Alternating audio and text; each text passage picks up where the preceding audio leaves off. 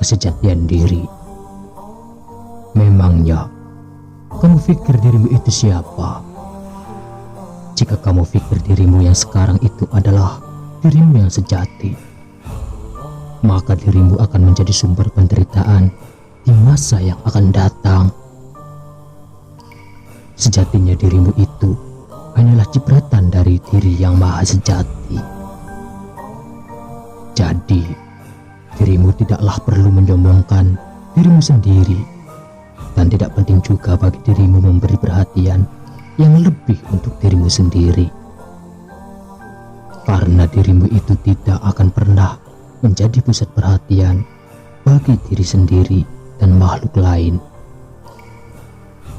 Ingatlah, jikalau dirimu bersikap demikian, maka di dalam dirimu tidak akan ada dirimu yang sejati. Ketahuilah, kenyataan yang ada saat ini, semua makhluk itu hanya akan mementingkan dirinya sendiri. Padahal ada ataupun tidak adanya dirimu, itu tidaklah penting.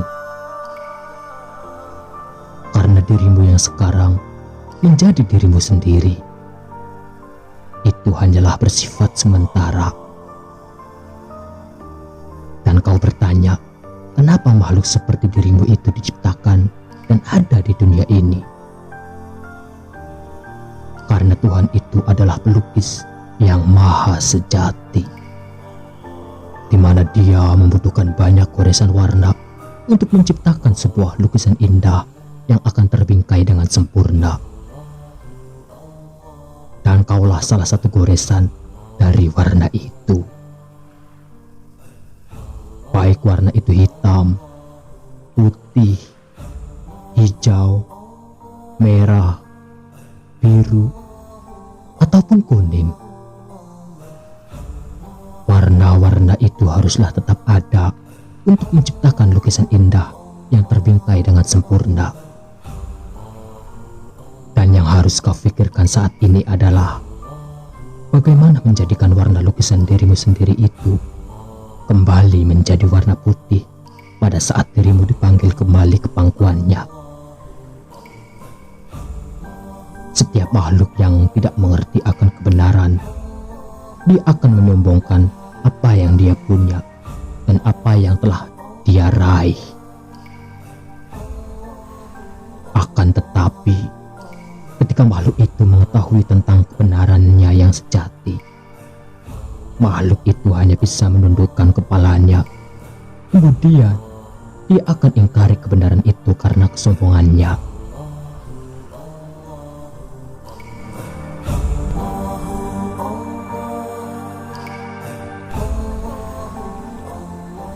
Hukum tabur tuai. Apapun pilihannya, selalu ada konsekuensi yang menunggu. Itulah yang disebut dengan hukum kausalitas atau hukum sebab akibat semesta. Hukum sebab akibat ini bukanlah hukuman, tetapi sepenuhnya untuk pendidikan atau pembelajaran. Karma itu bukan dendam dari semesta yang dibawa, melainkan hanya konsekuensi dari setiap pilihan yang dipilih. Baik dipilih dengan unsur kesengajaan ataupun dengan unsur ketidaksengajaan. Prinsip dalam hidup ini sebenarnya sangat simpel. Hindari sebabnya kalau tidak mau merasakan akibatnya. Manusia harus mampu melihat segala tindakan dan kejadian dalam sudut pandang hukum sebab akibat. Namun kenyataannya sekarang terbalik. Manusia kebanyakan menghindari akibatnya dan tetap melakukan sebabnya. Akhirnya kebanyakan orang tidak selalu siap untuk menerima karma dari tindakannya sendiri. Lalu saat mereka harus menerima karma dari perbuatannya sendiri, mereka langsung berpikir kalau apa yang mereka derita adalah hukuman dari Zat yang Maha Penyayang. Padahal, jika ia mau berpikir, bagaimana bisa Zat yang Maha Penyayang menghukum? Kemanakah kasih sayangnya? Tentunya akal kita mengingkari kalau kasih sayang Zat Maha itu bisa hilang dan berubah menjadi kemurkaan. Sayangnya kita besar dengan doktrin dan dogma yang salah. Kita terdoktrin untuk menakuti hukuman dari Zat Maha Penyayang.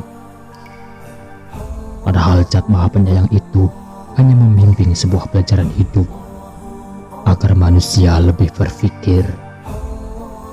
Biarkan akal dan jiwa kita benar-benar memahami hukum sebab akibat dari segala tindakan yang akan kita aksikan atau lakukan. Gunakanlah akal kita, bukan ego, untuk memilah segala pilihan dan sikap yang akan diambil langkahnya. Apabila kita terlanjur menoreh karma yang buruk dalam hidup ini, percayalah pada kasih sayangnya yang tidak terbatas. Percayalah kalau ini hanyalah pelajaran kehidupan. Kita belajar dari setiap karma, baik itu karma baik ataupun karma buruk. Janganlah takut. Karma bukanlah hukuman. Karma hanyalah pelajaran yang belum kita pelajari dan jatah gagal yang belum kita terima. Sekaranglah saatnya kita belajar. Tentunya dalam luasnya semesta akan ada banyak jalan untuk memahami pelajaran. Jalan itu tidak perlu dinilai baik atau buruk, namun hanya perlu dilalui. Kita lalui untuk menjadi lebih baik dalam menjalani siklus kehidupan ini.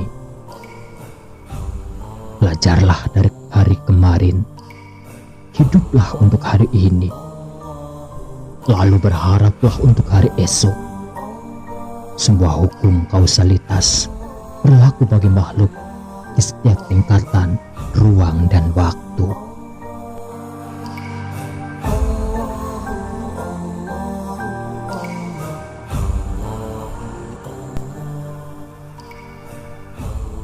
Tak kenal, maka tak sayang.